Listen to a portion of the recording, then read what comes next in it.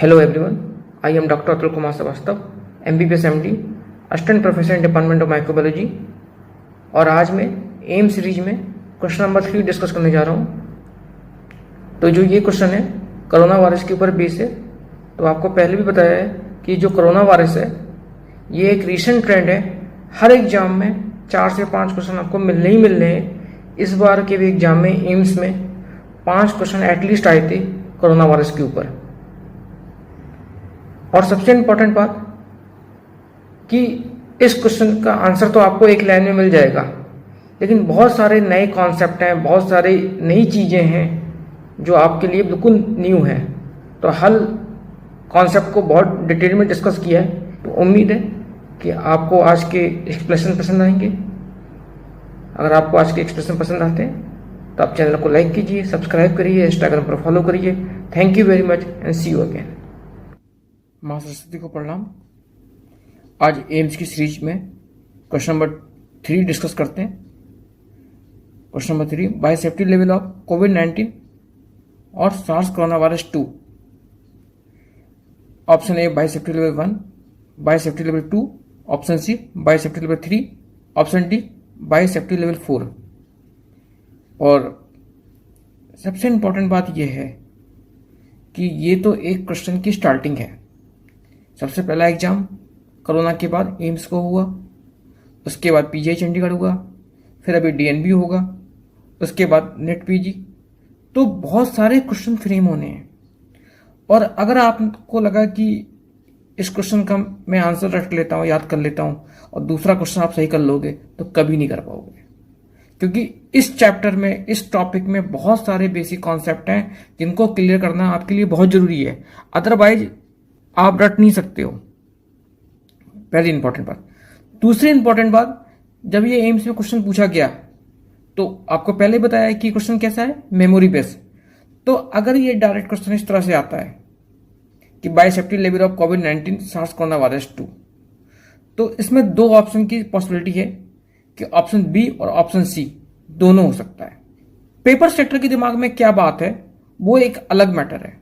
तो बहुत different possibility हैं। सारी पॉसिबिलिटी पर हम यहाँ पर बात करेंगे, इस क्वेश्चन को डिटेल में डिस्कस करेंगे।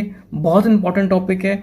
यहाँ पर मैं आपको बता रहा हूँ कि ऑप्शन 2 और ऑप्शन 3 दोनों सही हो सकते हैं। दोनों पॉसिबिलिटी को चेक करते हैं कि ऑप्शन बी सही है, बायोसेफ्टी लेवल 2, अगर वो पूछना चाहता है कि आरटीपीसीआर या डायग्नोस्टिक पर्पस। और ऑप्शन सी भी सही है, biosafety level 3, culture and isolation या वैक्सीन। अगर क्लियर कट ये लिखा हुआ है तो ऑप्शन बी है, अगर क्लियर कट ये लिखा हुआ है तो ऑप्शन सी है।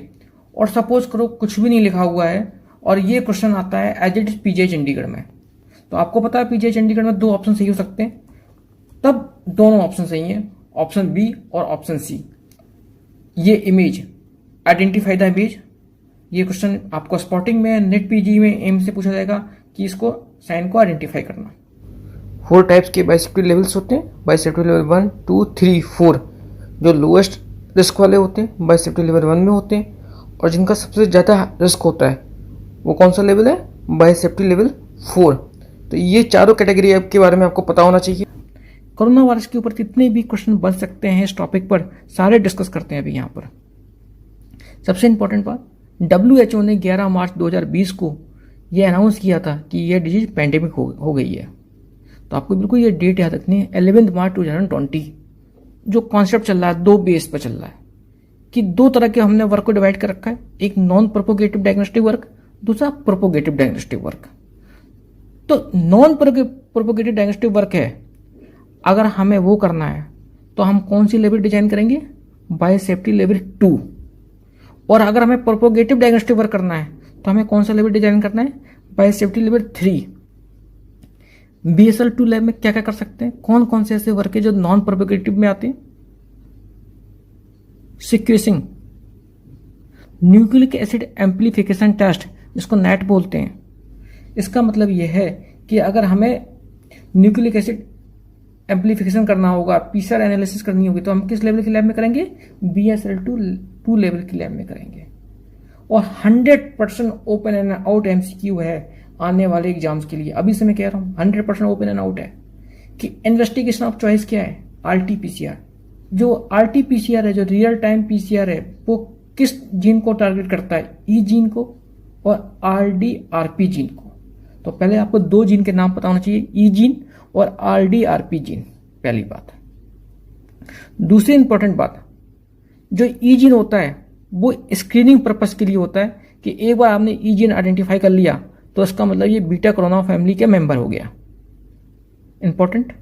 देन अगर आपने RDRP मतलब RNA dependent RNA polymerase gene को आइडेंटिफाई कर लिया तो कंफर्मेटरी टेस्ट हो जाता है कि उसको इन्फेक्शन हो रखा है कोविड-19 का।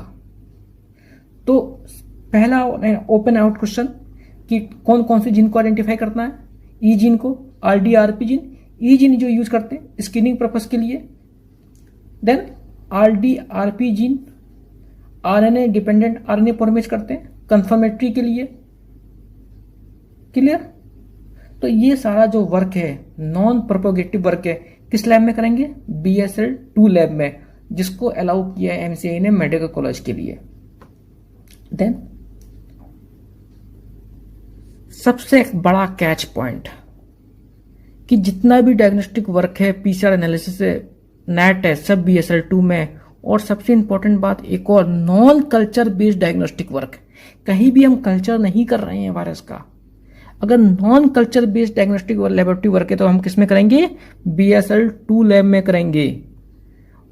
अगर हमें finally packaging of specimen for transport to diagnostic laboratory, BSL-2 level में करेंगे। BSL-3 में क्या करेंगे, बायोसेफ्टी लेवल 3 में, कि handling of material with high concentration of live virus, virus को प्रोपोगेट करना है, वायरस को आइसोलेट करना है, वायरस न्यूट्रलाइजेशन ऐसे करना है। ये सारा काम अगर हमें करना है तो हम किस में करेंगे, BSL-3 लैब में करेंगे, ठीक है। और सबसे इंपॉर्टेंट बात कि जो coming all India PG AIIMS PGI में पूछा जाएगा कि अगर हमें वर्क करना है with animals infected with the virus responsive for कोविड-19, कौन सी लैब में करेंगे, BSL-3 लैब में करेंगे।